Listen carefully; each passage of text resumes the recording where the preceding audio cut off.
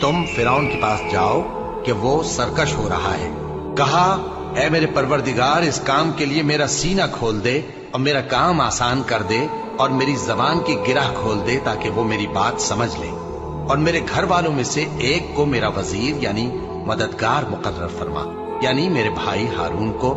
اس سے میری کمر کو مضبوط کر اور اسے میرے کام میں شریک کر تاکہ ہم تیری بہت سی تسبیح کریں اور تجھے کثرت سے یاد کریں۔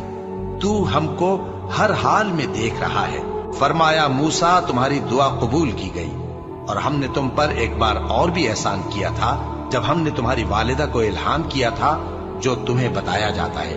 وہ یہ تھا کہ اسے یعنی موسیٰ کو صندوق میں رکھو، پھر اس صندوق کو دریا میں ڈال دو تو دریا اس کو کنارے پر ڈال دے گا، اور میرا اور اس کا دشمن اسے اٹھا لے گا۔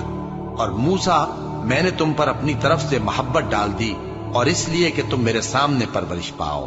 جب تمہاری بہن وہاں فرعون کے ہاں گئی اور کہنے لگی کہ میں تمہیں اس کا پتہ دوں جو اس کو پالے پوسے، تو اس طریق سے ہم نے تم کو تمہاری ماں کے پاس پہنچا دیا تاکہ ان کی آنکھیں ٹھنڈی ہوں اور وہ رنج نہ کریں۔